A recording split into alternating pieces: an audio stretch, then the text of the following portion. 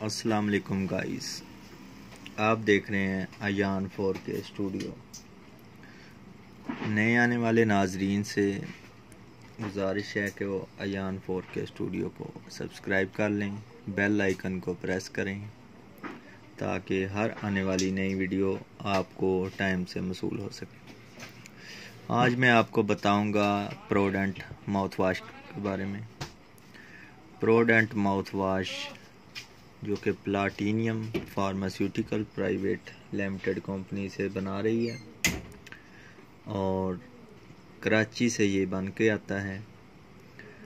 Platinum का ये mouth wash है प्रोडेंट।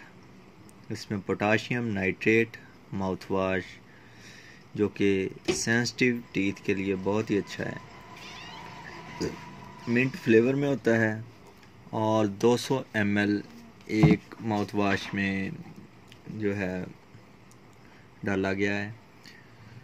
पोटाशियम नाइट्रेट ये बैनुल अक़वामी तौर पर दांतों को, सेंसिटिव दांतों के लिए बहुत ही अच्छा है।